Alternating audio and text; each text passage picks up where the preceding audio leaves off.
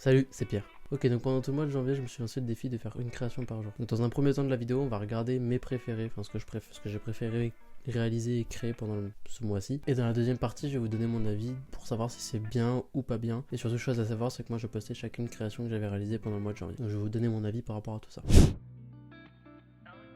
Alors, au tout début du mois, j'ai réalisé cette petite canette. Donc, c'est une canette que j'ai voulu faire avec le fruit du dragon parce que j'aime beaucoup ce fruit. Elle était sympa, mais j'avoue que j'aurais pu mieux faire. C'est pas le truc dans lequel je suis le plus fier, mais ça passe. J'avais bien l'idée en fait, mais je pense que la réalisation aurait pu être beaucoup plus sympa. Ensuite, toujours début janvier, j'ai fait cette illustration et pour le coup, je me suis vraiment éclaté à la faire. Donc, je sais pas, je suis parti sur un délire, je partais un peu à droite à gauche et puis finalement, j'ai réussi à finaliser dans un truc.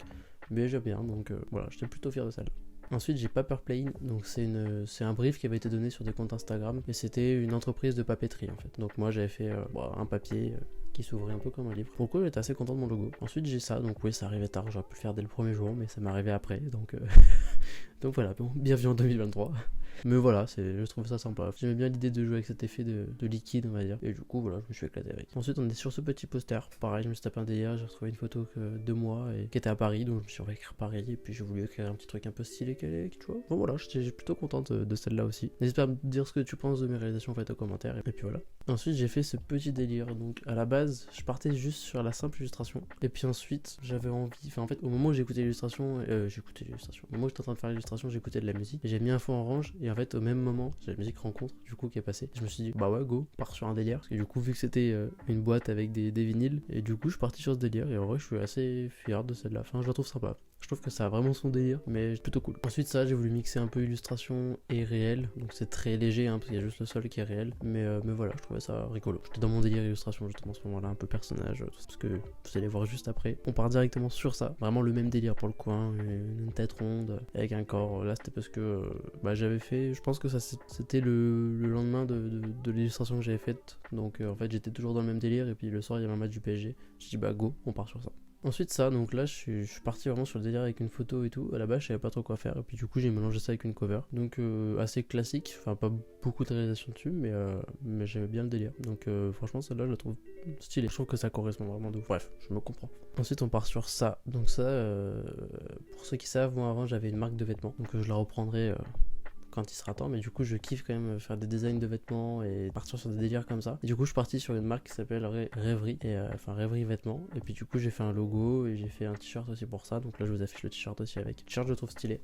Et en fait, si vous voulez avoir tout le brief, je vous le mettrai en commentaire s'il est sur mon compte Insta. En fait, j'avais un peu une idée du style de la marque en fait et des créations. Et c'est pour ça que je suis parti sur un délire vachement paysage et nature et tout ça. Mais du coup, celle-là, franchement, c'est une de mes réalisations les préférées. Vraiment, parmi tout ce qu'on a fait là, celle-là, j'en suis vraiment très fier. Et ensuite, on part sur une petite illustration. Donc là, pareil, à la base, j'étais avec l'outil crayon sur Illustrator. J'ai éclaté à faire des formes et puis je suis vraiment parti dans mon délire d'un coup. Un peu, j'ai fait une première liane.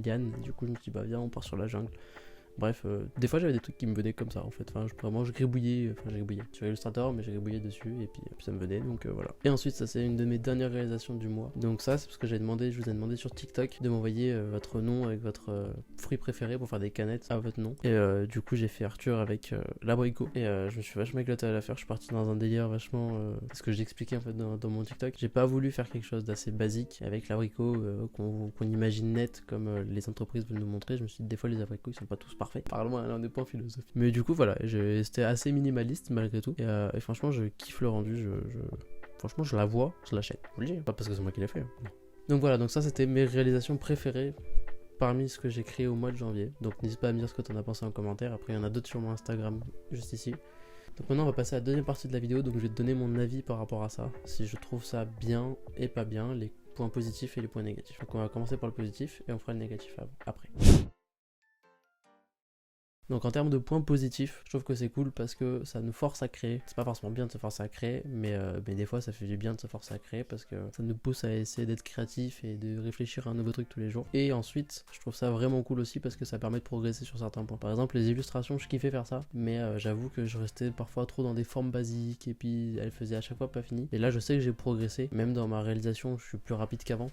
Alors qu'en un mois, c'est que j'en ai fait quand même beaucoup dans le mois. Là, je vous ai pas tout affiché, mais j'ai fait beaucoup d'illustrations malgré tout dans le mois. Et bon, j'ai pas pris 200% de vitesse, hein, mais j'ai senti une petite progression par moment. Après, voilà, faut pas non plus croire que je vais devenir un génie en un mois. Et ensuite, je trouve ça cool parce que j'avais repris mon compte Insta à zéro en fait. J'ai voulu repartir sur un compte tout neuf. Et du coup, ça m'a permis d'avoir des trucs un peu à poster directement, des nouveaux projets ou des nouvelles choses à poster. Donc ça, c'était cool. Et puis, ça permet de se tenir vraiment jusqu'au bout parce qu'on se donne un défi, donc on se dit qu'on a envie de le réaliser. C'est plus motivant, je trouve, de le faire sur de se donner un défi à soi-même plutôt que de se dire bah ouais, je vais faire ça, mais sans trop le faire en fait. Donc maintenant, on va passer au point négatif. Donc les points négatifs, comme je vous l'ai dit au début de vidéo, moi je postais toutes mes réalisations sur mon compte Instagram et sur TikTok. Donc sur TikTok, je trouve ça très bien parce que ça permet de mettre un TikTok par jour. Et je faisais un petit montage assez basique au début, après j'ai essayé de l'améliorer petit à petit, mais ça va relativement vite, ça permet de partager ses projets. Ouais, j'avoue, je viens de dire négatif, mais là je pars sur du positif. Bref.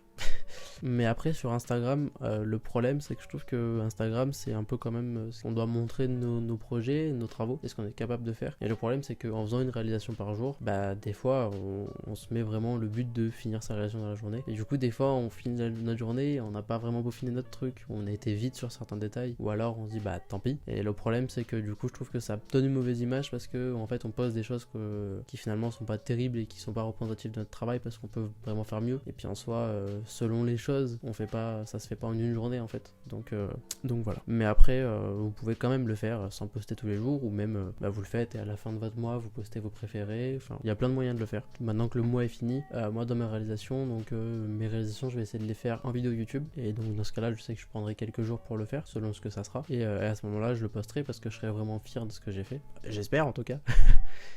Donc voilà, donc j'espère que cette vidéo vous aura plu et qu'elle vous aura éventuellement conseillé et que ça aura pu vous aider si jamais vous avez envie de vous lancer ce défi là aussi. Et si jamais c'est le cas, n'hésitez pas à me le dire en commentaire, j'irai checker un peu ce que vous faites. Et puis voilà, surtout n'hésitez pas en attendant à venir me rejoindre sur Instagram qui s'affiche juste ici, et à liker et à vous abonner si ça vous a plu. Et puis on se retrouve très vite pour une prochaine vidéo. Allez, salut!